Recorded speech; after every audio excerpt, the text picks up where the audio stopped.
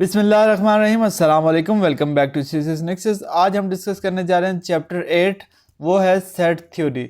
शुरू करने से पहले मैं आप सबसे रिक्वेस्ट करूंगा, अगर आप हमारे चैनल पर नए हैं तो काइंडली हमारे चैनल को सब्सक्राइब कर लें, हमारी वीडियोस को लाइक करें, उससे ज़्यादा से ज़्यादा शेयर करें। अगर आप हमारी व्हाट्सएप फैमिली का हिस्सा नहीं है, लिंक डिस्क्रिप्शन में उससे क्लिक करके हमारी व्हाट्सएप फैमिली का भी हिस्सा बन जाइए। तो चलिए जानते हैं कि क्या है set. A collection of distinct objects और नंबर इज कॉल्ड सेट। तो कलेक्शन ऑफ डिस्टिंक्ट मतलब डिफरेंट ऑब्जेक्ट के कलेक्शन या नंबर, डिफरेंट नंबर के कलेक्शन को हम सेट कहते हैं। हर नंबर जो हो सेट के अंदर उसको हम क्या कहते हैं? एलिमेंट्स। तो ये 1 2 3 4 ये एक सेट के अंदर है और ये सब क्या है? इसके एलिमेंट्स हैं। Set of first 5 numbers. तो याद रखिएगा, नेचुरल नंबर 1 से शुरू होते हैं और होल नंबर 0 से शुरू होते हैं। अगर वो कहे कि which one of the following the set of first 5 whole number, तो 0 1 2 3 4 होगा और नेचुरल नंबर तो 1 से लेकर 5 तक होगा। तो चलिए आगे डिस्कस करते हैं types. Following are the common types of sets. तो कुछ ये टाइप्स बताई हैं। Empty set. एम्प्टी सेट ऐसा सेट होता है जिसके अंदर कुछ भी ना हो। उसको डिनोट करने के लिए ये दो सिंबल यूज़ होते हैं। एम्प्टी सेट, इसके अंदर कोई भी एलिमेंट नहीं है। और दूसरा ये फाइ, जिसे हम नल सेट कहते हैं, वॉइड कहते हैं, एम्प्टी सेट कहते हैं। ये तीनों नाम इसी के हैं, एम्प्टी सेट के हैं। Singleton set. सिंगलटन सेट एक ऐसा सेट होता है जिसके अंदर सिर्फ एक एलिमेंट हो। लेट्स से ये है 1, तो ये है सिंगलटन सेट। सबसेट। सबसेट क्या होता है? A set A is the subset of B. A सब जो है सेट, वो सबसेट होगा बी का अगर सारे एलिमेंट जो है सेट ए के वो बी के अंदर प्रेजेंट हों। तो यहाँ पे देखें ए बी 1 2 3 4 ये ए के अंदर प्रेजेंट है, 1 2 3 4, तो वो प्रेजेंट होने चाहिए। उसके अलावा भी अगर उसके अंदर सेट बी के अंदर कुछ हो तो कोई मसला नहीं है, लेकिन ए के सारे एलिमेंट बी में प्रेजेंट हो तभी ए जो है सबसेट होगा बी का। So set A is subset of B. Hopefully ये बात समझ आ गई होगी कि ए के सारे एलिमेंट अगर बी में होंगे और उसमें कोई और भी एलिमेंट हो तो वो मसला नहीं है, लेकिन ए के सारे एलिमेंट्स होने चाहिए, तभी हम कह सकते हैं ए जो है सबसेट है बी का। अब आ जाता है प्रॉपर सबसेट। प्रॉपर सबसेट क्या होता है?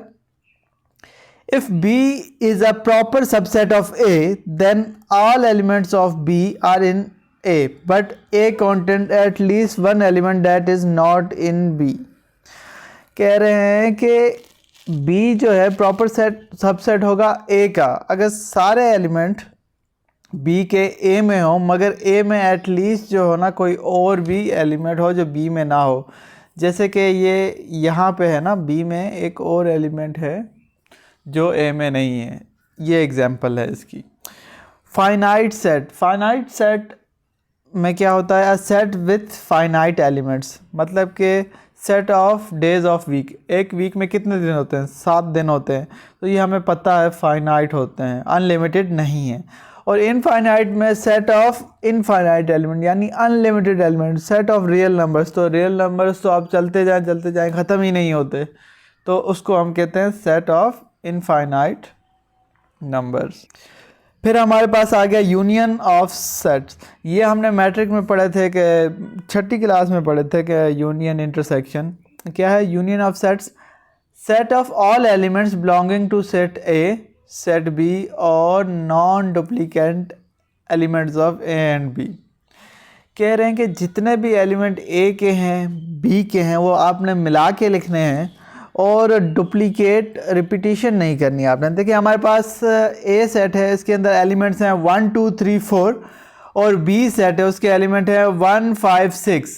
तो हमारा 1 2 3 4 5 6 ये यूनियन हमने ले लिया। यूनियन में हम दोनों चीज़ें मिला के लिख देते हैं। अगर 3 सेट हैं तो तीनों सेट को मिला के लिखिए। अब इंटरसेक्शन में क्या होता है? इंटरसेक्शन में हम सिर्फ कॉमन एलिमेंट्स लिखते हैं। Common elements of set is called intersection. अब देखिए हमारे पास था 1 2 3 4 और यहाँ पे है हमारे पास 2 3 5 6। तो अब इसका इंटरसेक्शन क्या होगा? एक ये 2 कॉमन है और 3 कॉमन है, तो बस सिर्फ ये 2 कॉमन है, तो हम इन दोनों को एक बार लिख देंगे। मैंने आपको बताया कि रिपीटिशन नहीं होनी चाहिए, ना यूनियन में ना ही इंटरसेक्शन में। तो इंटरसेक्शन में आपको मैंने बताया कि जो कॉमन एलिमेंट्स होंगे सेट के वो हम लिखेंगे। फर्दर हमारे पास है यूनिवर्सल सेट। यूनिवर्सल सेट क्या होता है? ऐसा set containing all objects or element and of which all other given sets are subset। Universal set के अंदर सब जितने भी सेट्स होते हैं वो सब सेट होते हैं उसके अंदर। तो कॉम्प्लीमेंट ऑफ सेट कैसे लिया जाता है?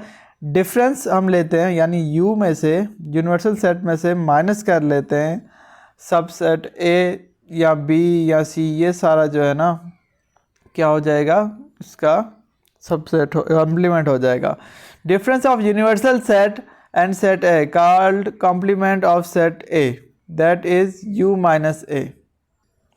फर्दर हमारे पास है डिफरेंस ऑफ टू सेट्स।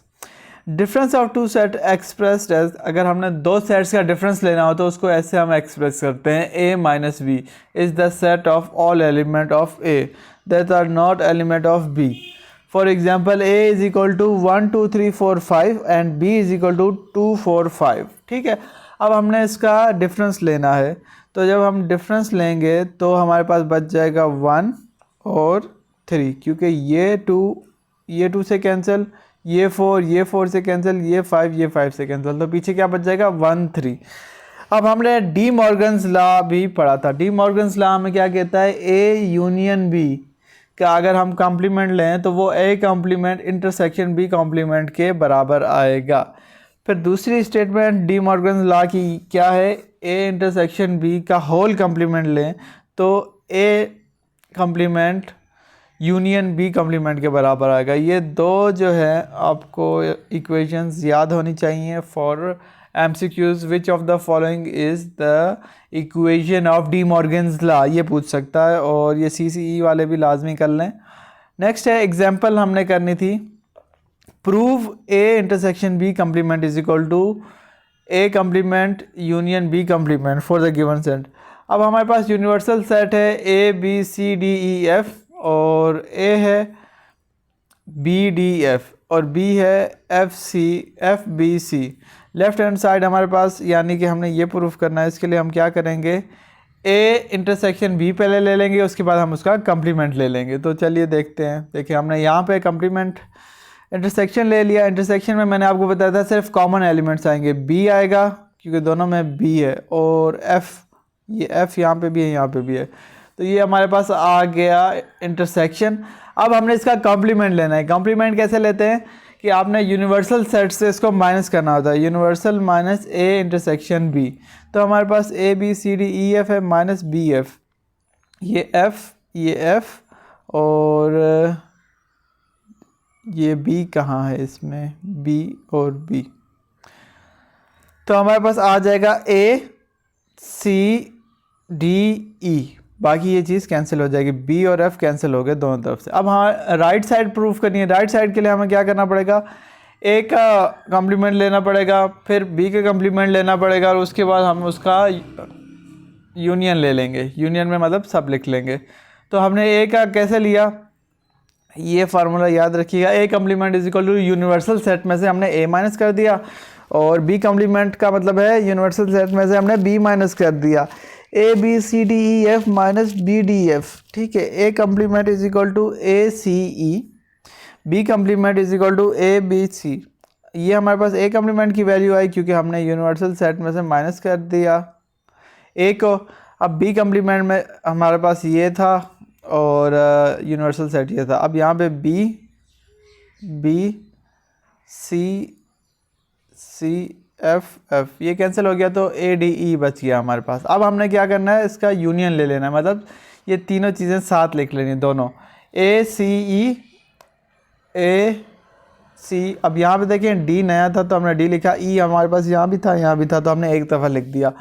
तो हमने प्रूफ कर दिया कि A intersection B whole complement is equal to A complement union B complement. अब इसी तरीके से आप लोगों ने क्या करना है कि ये चीज़ प्रूफ करनी है और ये आसानी से प्रूफ हो जाएगी। होपफुली आपको आज का लेक्चर समझ आ गया होगा। मिलते हैं एक नई वीडियो के साथ, तब तक के लिए अल्लाह हाफिज़।